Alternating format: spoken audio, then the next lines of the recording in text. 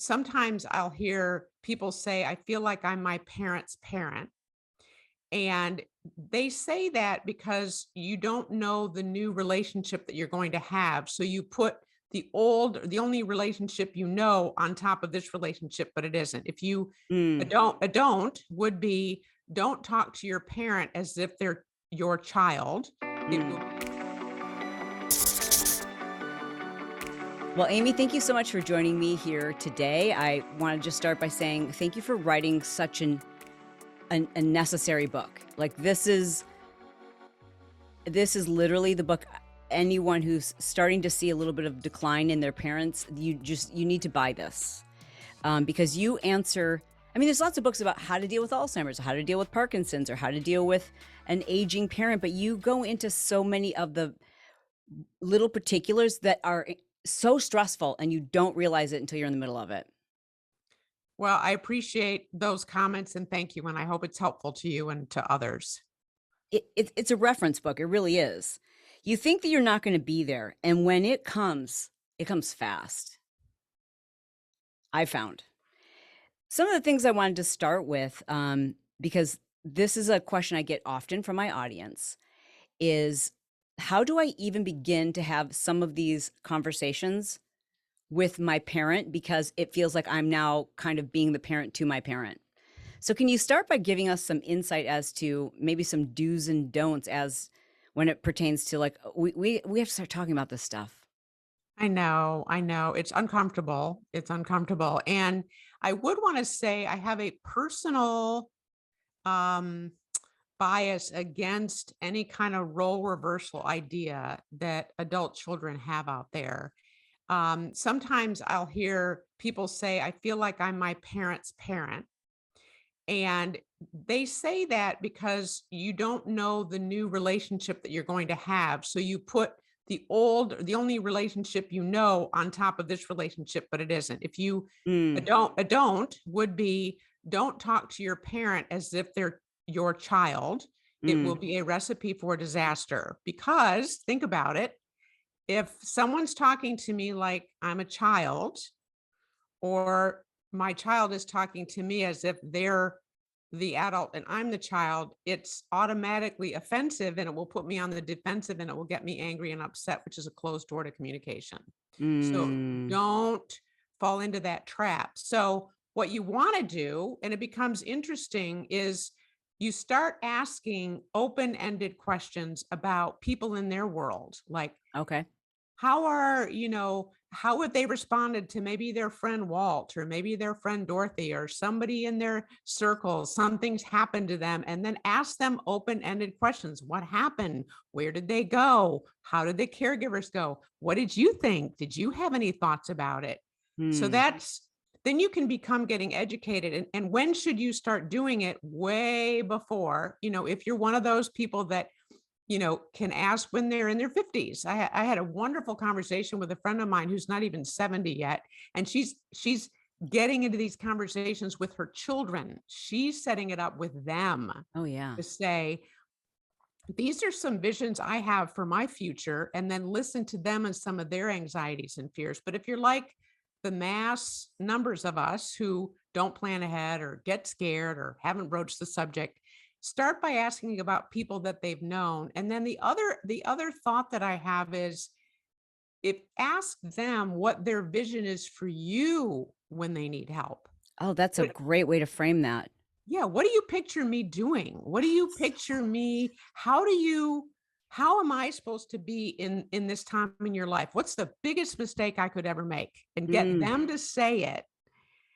And then don't judge, don't comment, don't correct. Just let the information sit out there for you to get uncomfortable enough to sit with that. It's like, when your kids get to be 13, 14, 15, and they're changing and the old way of telling them what to do doesn't work anymore. You know what I mean?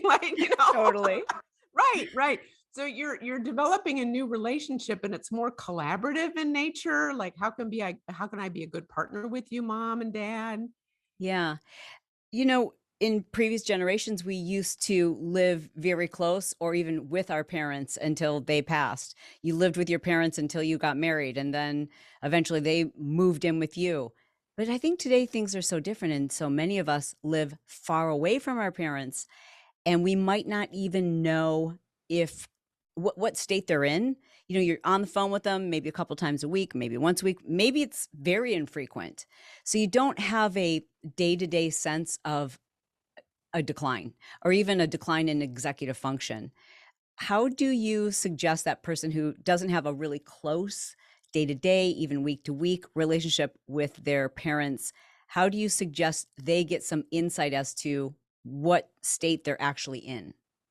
So, and don't parents present really well on the phone when you talk to them once a week? I'm doing fine. Everything's fine. I'm good. Yes, yes. Everything's good. And, they haven't had a bath in a week and they're not eating and, but Yeah. everything's great. Everything's fine. So there's a wonderful book called My Mother, Your Mother, and it's written by Dennis McCullough. I'm sure you know it. Mhm. And he talks about the 72-hour visit, and it is a wonderful, wonderful tip. You just make it, when your parents hit the fragile years and it's somewhere in their 80s and they're a little fragile and they're working slow, once a year or twice a year, you're going to make a 72-hour visit and you're just going to be there. You're not there for any goal. You're not there for any job to do. You're just there to get a sense of how things really are going and how It's they not are doing. so you're not saying, "Hey, mom, I'm coming. I'm gonna swing. I haven't seen you in a year or 2, but I'm gonna plan this little visit because I wanna make an assessment of how you're aging." You just No. go with You this just observation in go. mind. You go. I've been cracked up by, clients of mine over the years, and they'll say, the ones that haven't visited very often, when the child does come visit, the client will tell me, "They must think I'm gonna die because they haven't seen me." You know what I mean? Like, they're coming. They must think things are really bad. So you wanna make sure that you're visiting. Zoom is great. I like things. That's a great tip. FaceTime, it really, I think there's a lot to be said for FaceTime. I think you can ask them to move the phone around and see how things are going. But then you do a personal visit. And the other thing I like to do is there's usually somebody in their world that's close to them. It Mhm. might be a neighbor, it might be somebody from their temple, it might be somebody from their choir, and get their name and phone number and hire them. Don't make it a Mm. friend, just hire them and say to your mom, "I'm having somebody that knows you, and I'm having them respond to me because if something happens to you, I want to know that I'm going to be called, and I'm going to want somebody local that can help me know how things are going for you. I don't want to be blindsided if at all possible." One of the things you mentioned in the book is the mistake that many of us make, uh, where our pace is 10 times faster than what our parents want. And I think about that and how we just want to fix things so that we can move on, right? Like, okay, let's figure out what's going on. Let's fix this. I can see what needs to be done. Here's the change I suggest. Let's do it. So, what are some of the? That's not very effective. Tell us why that's true. Well, this is an anxiety ridden experience. Yes, on both ends. Anxiety on both ends. But everybody has anxiety, and everybody has a fallback mechanism that they do when they're under anxiety. Some people shut down, some people go to sleep.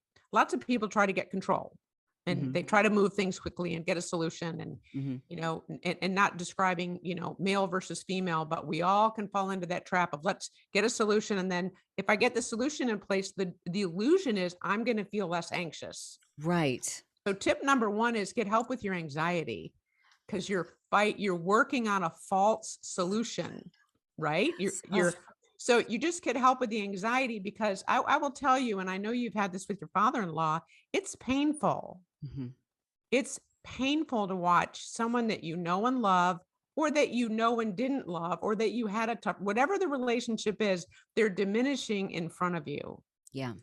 They haven't died, they're diminishing, and it is a painful thing, and it's wrought with uncertainty.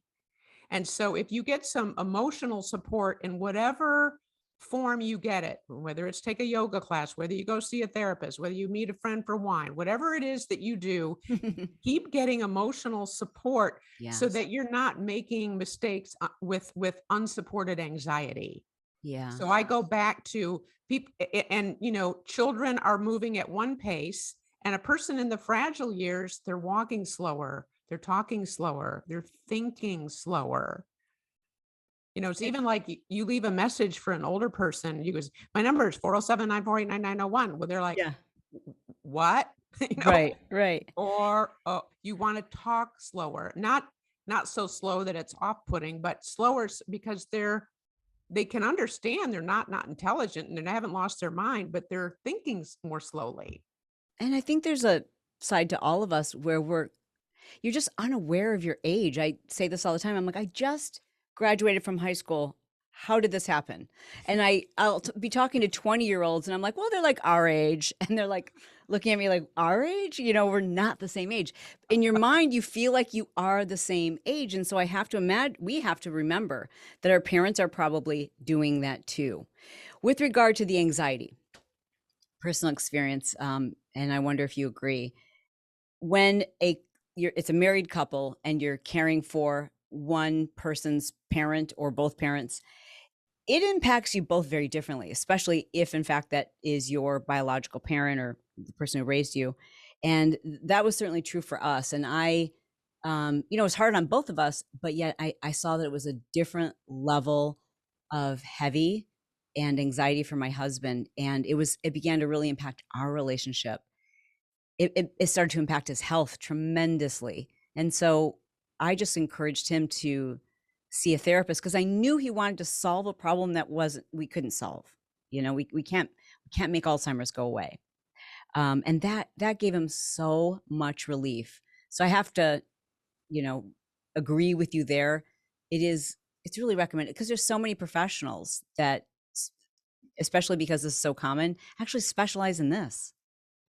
That's right, and I applaud you for getting your husband into counseling. My husband would go in a minute, if it was recommended to him, and it is so helpful because you feel heard and seen, and then you can process that, and then the time that you spend with your parent is not complicated or layered with all that baggage on top of it. You can create more meaningful moments with them because you're not bringing all that unprocessed grief into the time that you have with them.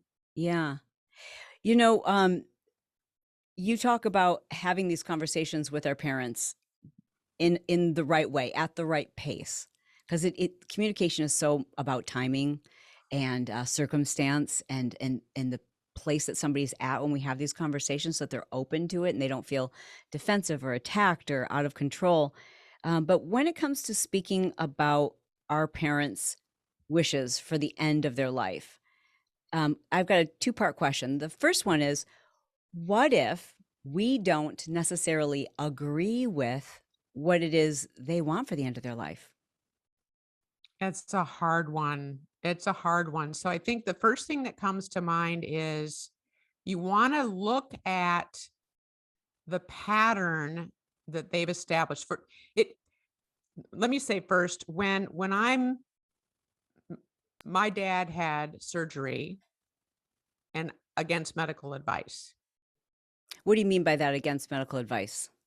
The heart surgeon, the cardiologist wanted to replace the valve, but all his other doctors said, this is the beginning of the end, Dave. If you I have the see. surgery, it's the beginning of the end. Okay. And you're setting yourself up. So he did that and I was really against it. And it was an end of life decision, not the machines. That's almost the easy part. Feeding tube, people are pretty clear about not wanting a feeding tube. Don't hook me up to a machine. But surgery when you're fragile, those are the harder ones where you think, you know, if you have the surgery, you don't know how anesthesia is going to affect the brain. Hmm. And after surgery, somebody in their mid 80s, they frequently don't recover, the hip fracture, they don't recover to the level of function that they had before. So, what I would say to your audience is at the end of life, those decisions are almost easier than when you're in the fragile years and they're in the hospital and the hospital is wanting to do all these tests.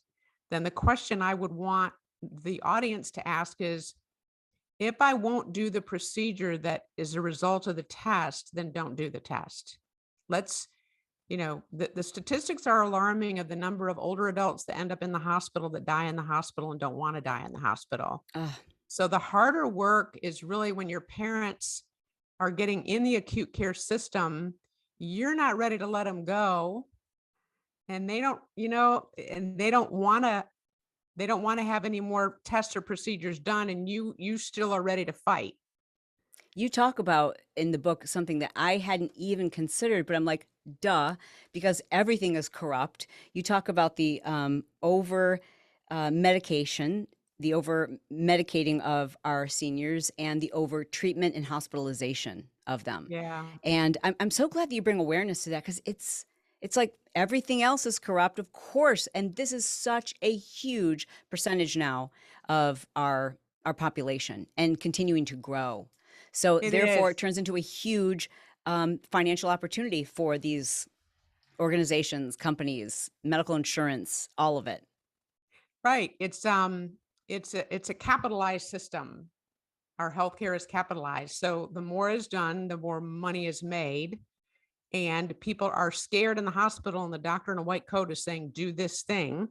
And you say, no, I want you to have some people behind you saying, remember, this is what your mom said. Remember, this is what your dad Mm, said. yeah. Remember, it's okay to say no. So it's okay to say, I want to go home. It's okay to say, I want to go home and not go to rehab. Get your therapy at home. If I were to tell, your audience anything, is I'd hire a care manager in a minute just to get some advice on the systems that you're in the middle of, to educate yourselves on how to protect your parent when they're in the middle of these systems, so that you can help your parent get the end of life that they want. Where do we find a care manager?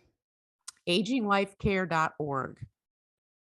And we can find a care manager who specializes in our specific situation. Well, you can find, if you look at the credentials, most care managers are either nurses or social workers. So if you have a primary medical issue, you can look at their background and look at what they specialize in and call them and get an idea of all the work that they've done in what area, and Yeah. find somebody that meets your needs. Even if you can only afford to pay for a couple of hours, it's the best money to be spent, because then you're educated and you've got like a coach on the sidelines to Yeah. say, okay, now she's in the nursing home and they're trying to kick her out and they haven't given me any notice. What do I do? What do I say? Yeah. And you get help with the language. I call it professional courage. It's You've got to, huge. yeah, it's huge. It's Professional huge. courage is such a great way to frame it too, because you have these thoughts and you begin to question yourself, like, what does that make me a bad daughter if I am recommending that my father not have this hip replacement? Does this mean that I'm cold and uncaring if I think that this is the best option based on what they want for the end of their life? I know. I remember my dad was out in the parking lot of his assisted living facility at 5:30 in the morning waiting for me to pick him up. And I was picking up at 5:30 that night, and you're nodding your Ooh, head like, "Yeah, yeah. I know, I know, I know." And they called me and security brought him in, and the nurse called and they wanted to move him in the memory unit, in the Hmm. locked unit. Hmm. And I said, "No, I'm gonna get him a little clock that reads AM and PM." Um, and she said, "Don't you care about your father's safety?" And I said, "Well, I was raised Catholic and I'm not sure I do guilt anymore in that way." I love it. I Yeah. think that I'm a really good daughter who's thinking the best thing for her dad. So I don't think you can say those things to me, and we're not going to put him in the locked ward. We're going to let him. And the AM PM clock worked. And he called me that afternoon. He said, I got brought in by the police today. He remembered. He remembered. That's beautiful. Yeah. Let's stay there for a second on the guilt. It's huge. And you reach out to your friends and family members when you're going through something like this, because it's just something you've none of us have ever been through until we're through it. And you hear things, people will make comments meaning very well, but it can feel so judgmental, and it can cloud your own judgment, and it can impact the decisions that you're making as a family, that I personally believe need to be your decisions based on your own criteria. So can you speak to for a moment, to those people who are struggling because they're doing things right now because they once said they would do it, or because they have this guilt that this is the if I don't do this, I'm a bad person? Or if I do Oh, do this, I'm a bad person. well, it is fraught with guilt, isn't it? You take care of your parents and you never feel like you're doing the right thing. You're not doing enough, you're doing too much, you're doing so it's fraught with guilt. So Yes. one thing that I recommend is try not to talk to anybody who hasn't been there before. Because Yes. they That's don't so they don't huge. know. They don't know, Yeah, and they yeah. can't help it, and they're helpless. And they wanna The other solve it, and they come up with these ideas where you're like, ideas you think, "Oh." "Oh, oh," so don't set yourself up for failure and have expectations on somebody that's really never been there before, and if you are gonna talk to somebody that's never been there before, tell them ahead of time what you want. Mm, Don't solve anything. I need to just vent. listen. Yeah. I need a listener. I gotta get this all out. So once it's out and you've got it out in the light of day, sometimes there's relief just in verbalizing it Mhm. and it will come back. So keep your expectations with you wake up the next morning, you might feel a little better and you get the day going and then you feel guilty again. Then you got to ask for support again. It's not Mm. a one and done. It's a continual journey. It's like you've got to set yourself for the lifestyle that you're in and put all these things into place that you need for the entire journey, which is who are the couple friends that you're going to be talking to? What support group are you going to go to? What therapist are you going to pick? What yoga class are you going to go to? What outlet are you going to have?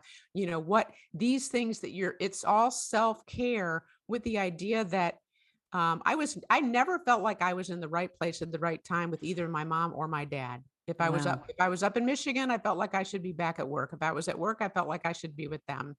And then I'd get a little relief and then I'd put one foot in front of the other again. So I had to realize that the feelings would come and go. And you're someone who would be more prepared than anyone because 'cause you've been doing this for how many years? 40, Eh, a long time. which is so reassuring and so normalizing to know that someone who studies this, someone who's been doing this all of your adult life, even still, you get there and you question yourself and you wonder if you're doing the right thing and you wonder if you're doing enough and you still have those feelings of guilt and they're heavy.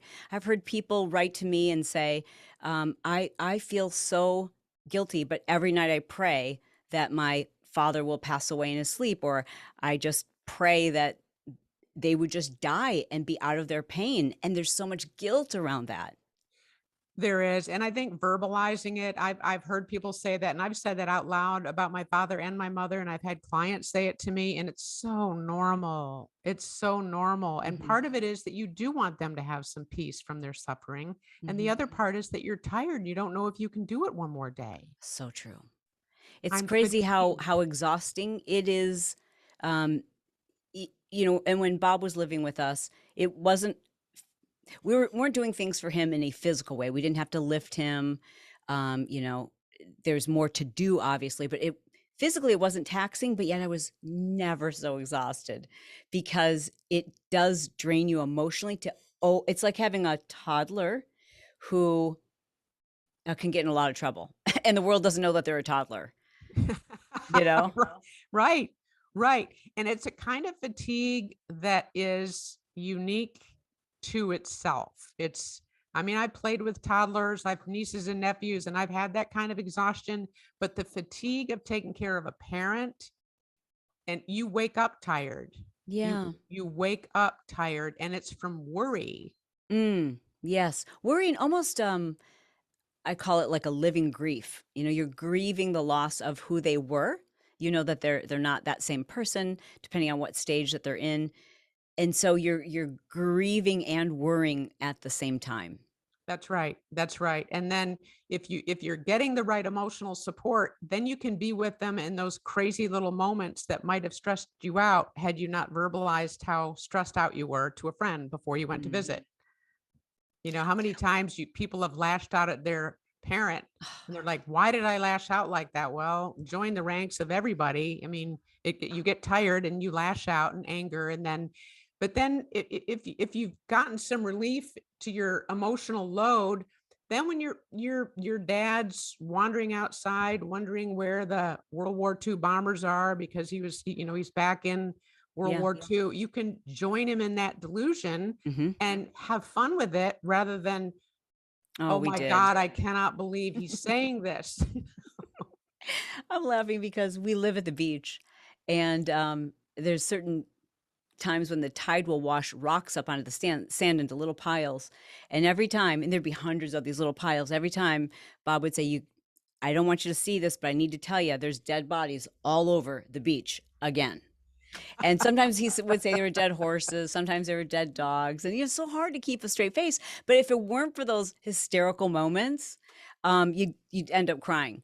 That's You right. know, a really unique situation, but not that uncommon, is one where there is a parent who is in rapid decline, and they have a caregiver, whether it's their spouse or a sibling, who doesn't see the problem and doesn't understand like how incredibly unhealthy their relationship is, isn't giving them the help that they need, giving them the care that they need. And so there almost needs to be this intervention with the person who's living with them, and that person is of sound mind. That is a really tricky situation. What advice do you have for people who are in that situation? So it is common. And I would I would say that every marriage is a relationship that is sacred. And sometimes any intervention and any communicating that you do doesn't work. They got to have a crisis. So Mm, everyone's afraid that a crisis is going to happen, and sometimes that's not preventable. Sometimes you have to wait until that crisis happens. okay. So that's now, to prevent it, what I try to do is get the wife or the husband or the caregiver out away from their spouse, having a meal, taking a walk, get them out of the situation, and Mhm. then have the person that seems to have the most positive effect on them. Okay. Might be a friend, might be a child, might be a relative, and let them communicate. You might hire a professional. You might hire a care manager to come in and help run some interference. And then start with something really, really small. Sometimes they want to hire 8 hours a day, and you need a day break, and you need to go to the spa, and you need these big, and they're like, no, no, no, no, no.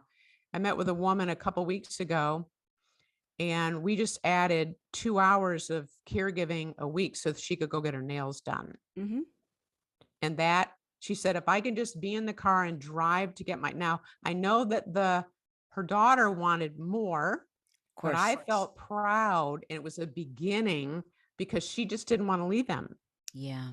Yeah. So you wanna start small, and it took me a year to get one woman to take a vacation. Mm. And she'd been doing 24/7 care for her husband with Alzheimer's. And once she got away, she was a totally different person, but it took us a year to get there. Do you find that sometimes there is a partner or spouse who becomes resentful or angry and doesn't want anything to do with their spouse when there is this significant change? Yeah, I've had more experience where they love them so much and they don't wanna let them go, and then Hmm. it's almost easier when they don't wanna have anything because 'cause they're really clear they're not. I've had clients say, "I'm not a caregiver, I'm not gonna caregiver them. I don't like it, it scares me, I'm not good at it." Hmm. And for whatever reason, it's almost easier then to arrange care for the person Mm. that needs it because they are done. Yeah. And so often hear from people in my audience who, and it tends to be the oldest daughter, who is the caregiver or the one who steps up and is looking into insurance and what type of coverage do we have and what type of care can we afford, and being the mediator between mom and dad. And then there's sometimes a sibling who wants nothing to do with it. And then it impacts their relationship. Any advice there to help navigate that really, the situation where I almost think caregiving or Alzheimer's can impact everyone's relationships? It does impact everybody's relationship, and everybody approaches an aging parent in a different way with your own what needs you didn't get as a child, and it all Mm, kind of comes to bear when mom or dad needs help. So if you're the one that's got the job, you know, then anything that you are doing that can be given to someone, like maybe some of the insurance work can be given to the long distance relative who likes to Monday morning quarterback from, Mhm, mhm. the long distance relative has strong opinions about what the local child should be doing, Always, like always. always, Yeah. always. So maybe you want to divvy up some of the jobs. Maybe if you're the one that's in the trenches, maybe you can have one of them come down and spend a long weekend so that you can get away. Yeah. My advice always to my audience was to have 0 expectations, because then you won't be you're going to be disappointed with just about any expectation you have if you're the caregiver, and you just have to remember, this is my advice, that you're 2 different people. You can handle different things. God places more on other people's plates because he knows that you can handle it. And we make a decision to do things, and some people make a decision not to do things, and it's difficult not to judge, but it doesn't make us happier or bring us closer together when we do judge and allow resentment to build. Because if you're keeping score, you will be one very unhappy sibling. It's so true. It's so true. I'm one of 6, Hmm. and there were probably 6 different versions of my parents getting older. I bet. And I think, what you said about not having any expectations could be really extrapolated to every situation you're ever in. The lower they True. are, the happier you are. Friendships, Yeah, children, you yeah, name it. Yeah. exactly, exactly. And if you don't have siblings that are going to be participating, maybe you hire some of it out. I had one screaming daughter, and she was screaming about the sister that didn't want to do anything, and there were funds to pay somebody to do what she was doing. Yeah. So I said, Yeah. how would you feel if you just wrote a check to somebody and they took them to the doctor and you didn't have to take time off Yeah. work? And, like maybe it doesn't always work, but maybe you should. Because don't you know when you're in the middle of it and you're just buckling down and then someone reaches out to help and you're like, no, no, I got this. It Yeah. when you really could let someone help you. So there might be another creative way to get the help you need.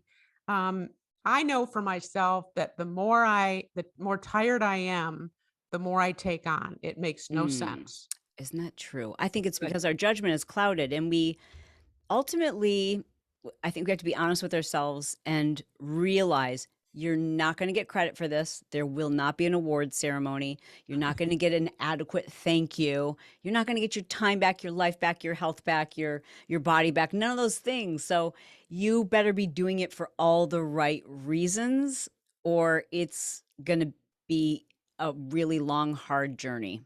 yeah, what I'll tell you, you will get is, I still walk into the grocery store and I get a warm memory of being there with my father in the electric wheelchair, spending 45 minutes in the grocery store, wandering around, talking to people.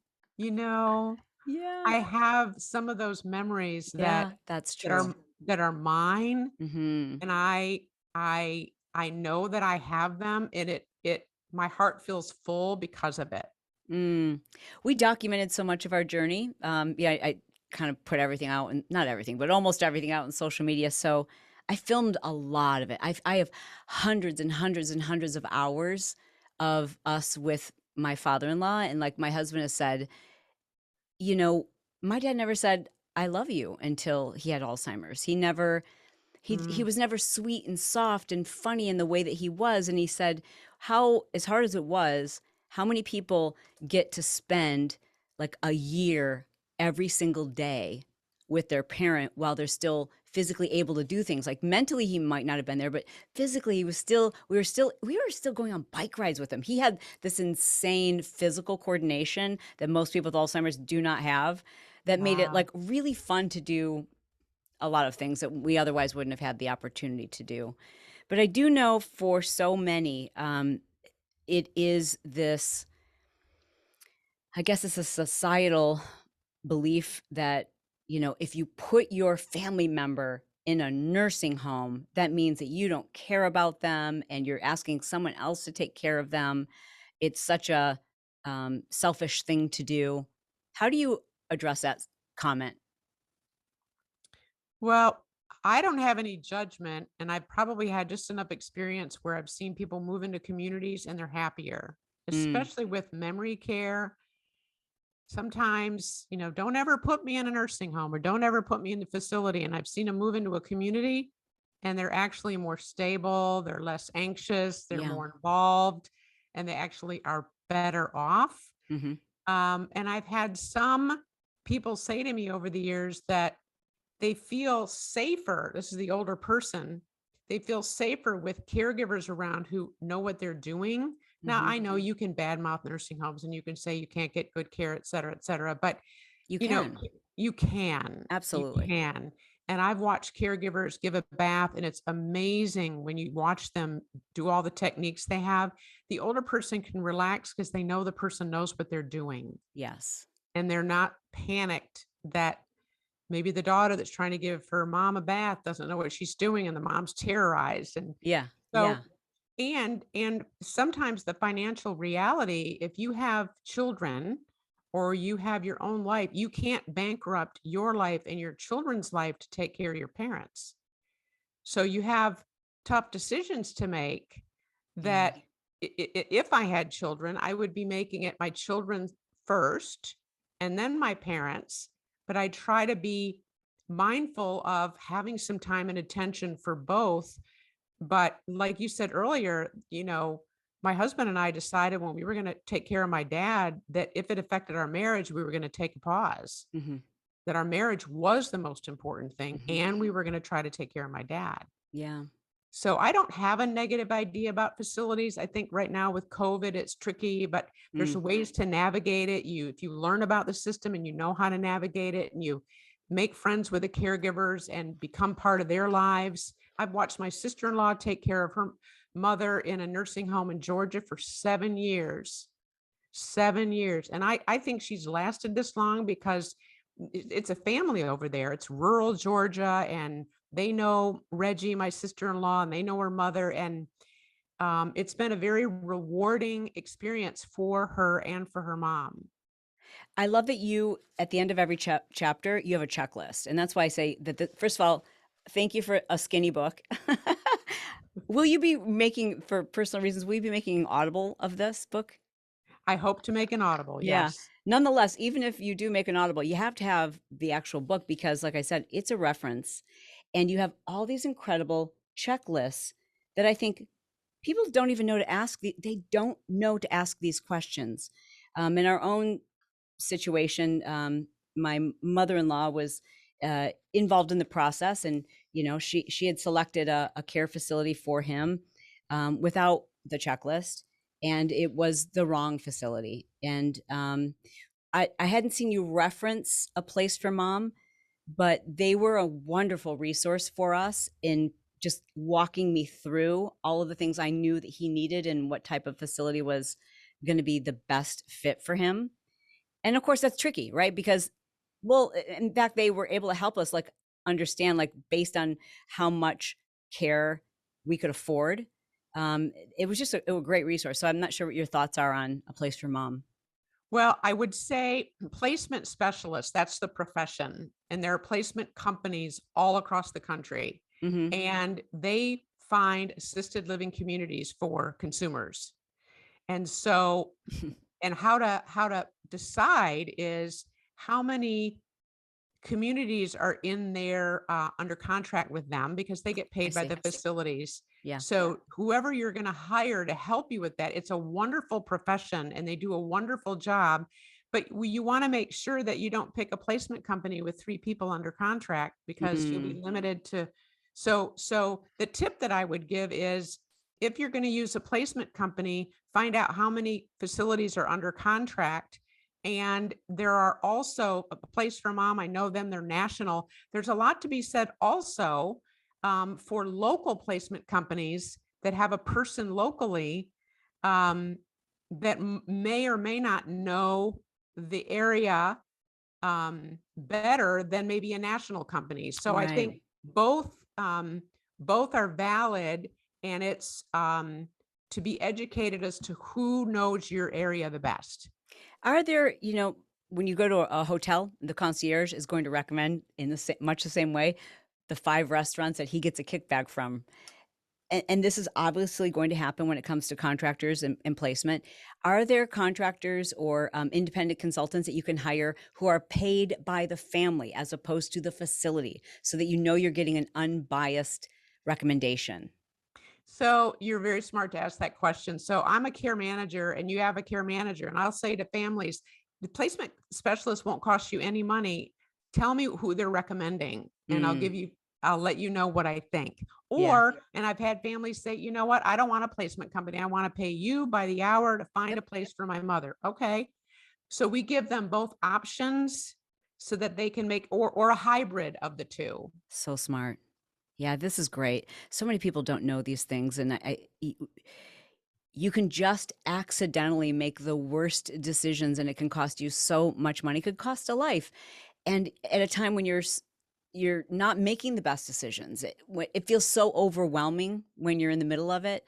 So to think about and hear these things in advance is putting power back in your hands. I think that one of the most challenging uh, dilemmas, I don't even know what you want to call it, like predicaments that we're in right now. And this is, I'm going to be really frank.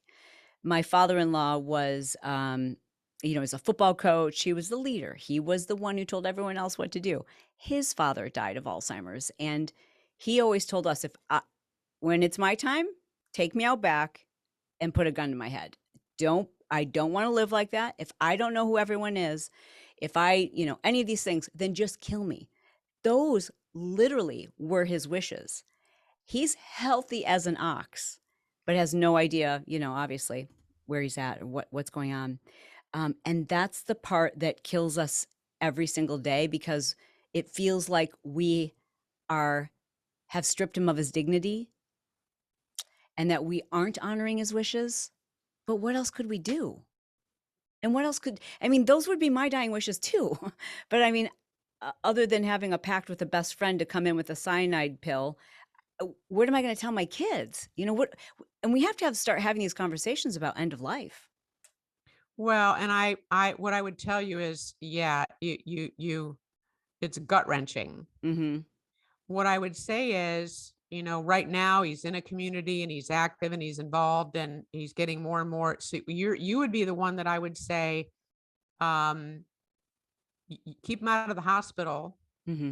And if he's got a cardiovascular problem and somebody says something about putting a pacemaker in, don't do that. Yeah. Like, be very, very careful with any kind of medical treatment.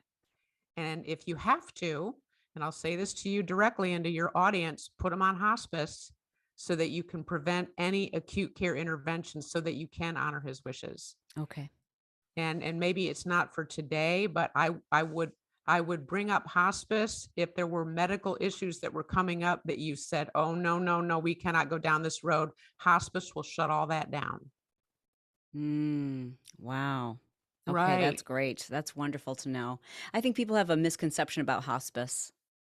I think they do. I think what hospice, our country needs a palliative care program. I call it the leave me alone program. I'm not dying, just leave me alone. You know what I mean? I don't want Yeah. to just if I'm not eating, don't make me eat. Yeah. If I'm in a facility, don't give me medicine to increase my appetite because some federal law says you have to make sure that I'm eating and gaining weight. When I'm dying, I'm not gaining weight and I'm not wanting to eat. I'm Interesting. sleeping, I'm not eating, I'm not drinking. So Just like our leave me alone. pets. Right. It's fascinating Leave because me that is the alone. conversation when you have an older pet and you're struggling with that decision. That's what your friends and community will tell you, like, oh, you don't want the dog to suffer. When they stop eating, when they stop drinking, then it's time. Right. And we put dogs down. And I don't want to make that analogy, but like literally that is the end of life. You stop eating, you stop drinking, you stop Right. and you start slowing down. And I guess it's for our own benefit. We want to prolong life as long Right. as possible.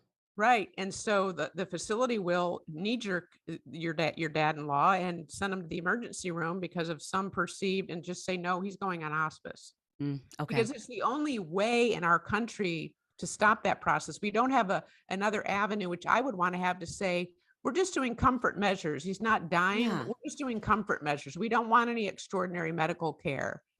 If he's not putting the food in his mouth, that's okay.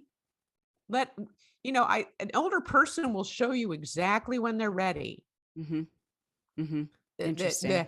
the they communicate in a nonverbal way what they're ready for. They're sleeping more, okay, let them sleep. Yeah. Wow, Instead of waking up, we're yeah, so accustomed to saying like, "No, no, no, keep living," reinvigorate their quality of life, but they've had their quality of life. they've had their quality of life, and we're scared, and nobody Yes. likes to talk about death. Right. So we're scared as a society, Yeah. and it's a scary thing unless you've been through it and watched it, and I have. It's a beautiful thing to see. Mm.